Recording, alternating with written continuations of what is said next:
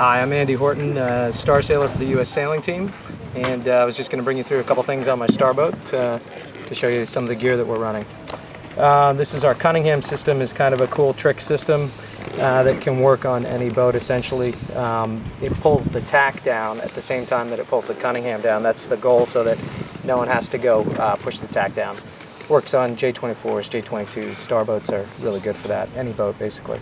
And the way it works is you have your purchase below the deck. On this boat we have a 2-to-1. The purchase comes up through the deck to one of these nifty new Harken 18 mil blocks that we have. We've just built a soft shackle on it so that the soft shackle just opens up. That can go through what we have is a webbing on the mainsail.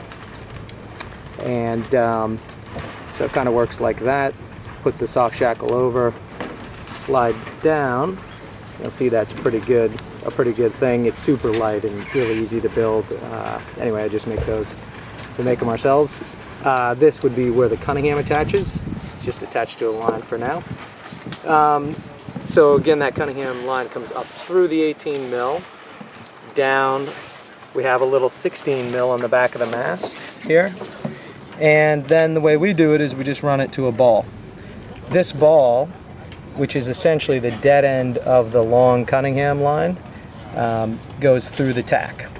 So I'll show you what happens. If my thumb is the tack of the sail and this is the Cunningham, when we first trim the Cunningham on, because the tail of the line, the purchase, is tied to the tack, that's where it tensions it first. So essentially the tack will slide down, but you can see the Cunningham stays in the same spot. When the tack bottoms out and stays there, then the next move is for the Cunningham to trim on. So it's a pretty cool system where a star crew used to always have to go up, push the tack down, and then the skipper could pull the Cunningham down to the leeward mark. Or some people would actually run a completely different purchase and have to pull a whole nother line in the back of the boat to pull the tack down and then to pull the Cunningham down.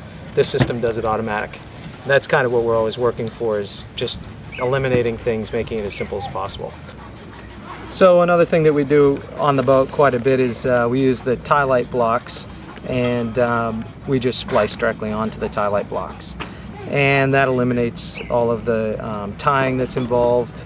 As long as you do the right kind of locking Bremel, it won't cinch down and tighten the line. And it's super light and just a really clean look. This happens to be one of the purchases under the deck that we're replacing today, but that's just one of the things that you'll find kind of everywhere on the boat. We use that quite often. So here we are a little bit forward on the boat. We have the Jib system, Jib lead, and all of that. Essentially our leads come out of the deck, turn at a Harken block, come back to a ferrule that's into a small car. Basically downwind these cars go all the way out, upwind we're able to pull them in, and this, if I ease it over here, you'll see our leads then can go up and down. So it's kind of a three-dimensional system. We can put the jib anywhere we would like to. One of the things we do is we put some Teflon tape over this, which is also known as millionaire's tape. And if you can imagine, the jib foot sails like this. When it tacks, it blows out. The jib trimmer, my crew, John, trims it on, and the foot this way slips over this and sits nicely inside the boat. If you don't have a really smooth surface here, the foot will lie outward. You won't have a nice end plate on the deck, and the foot will flap upwind in the breeze. So it's just kind of a little touch-up thing that we do to make it nice and smooth there. So we're back at the Barney post, and I'll show you the Mainsheet system. All of these are double Harken blocks. This is a specially made double Harken ratchet, so we can pull in the Mainsheet twice as fast with 2 lines, or if it gets really windy, we can adjust it with a 4-to-1, a little more purchase with 1 line. This is something that we do a little different. Is I put the vang under the Mainsheet, and basically when I'm sailing downwind out here, the vang always is pointed toward me, and I can always grab it real quick. Most other teams will put the vang down in this position. So if you're trimming the Mainsheet and you go to get the vang, you've got to move this out of the way and adjust the vang like that. Just a little thing that helps keep the vang control line always with you where your Mainsheet is, which is, you know, they kind of work together, so that works pretty well for us. Again, we've got some Harken tie light blocks that we just attach by just looping them on. This one's on a little bungee retractor, so it kind of keeps it in the right position for me. That's the jib tack, which pulls, so that just pops in and out. That pulls the front of the jib down.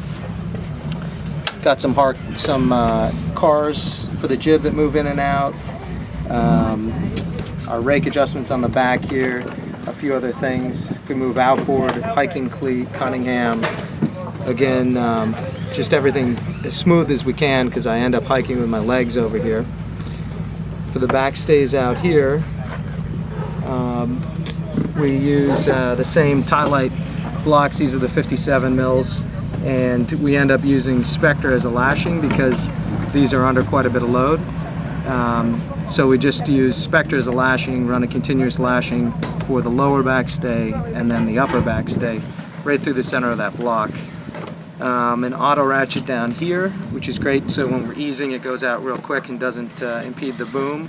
And then you know, when we're pulling in, it gives us some help when it's breezy. And then an aluminum cleat, obviously, for the back stay because it's high load, and our secondary cleat's a carbon one just to keep it a little bit lighter. So this is our Harken mast car. It's a specialized fitting that we built on the top of it, but it's just a big boat, high load car. And basically, the starboat, the mast butt needs to slide aft downwind and forward upwind. So it only travels about 4 inches, but basically we try to make that travel as smooth as possible. The reason that we use a car is because of that fitting that sits on top of it. It gives us a little bit different mast bend characteristic than other situations that are normally set up on starboats. So this is just kind of an upgrade that we've made. And the car works freely and allows the mast to move when it's really windy. And I'll slide it forward for you. That's forward for upwind. I can slide it back again. That's back for downwind. You can see how the mast rotates on the pin there. And how the car works freely.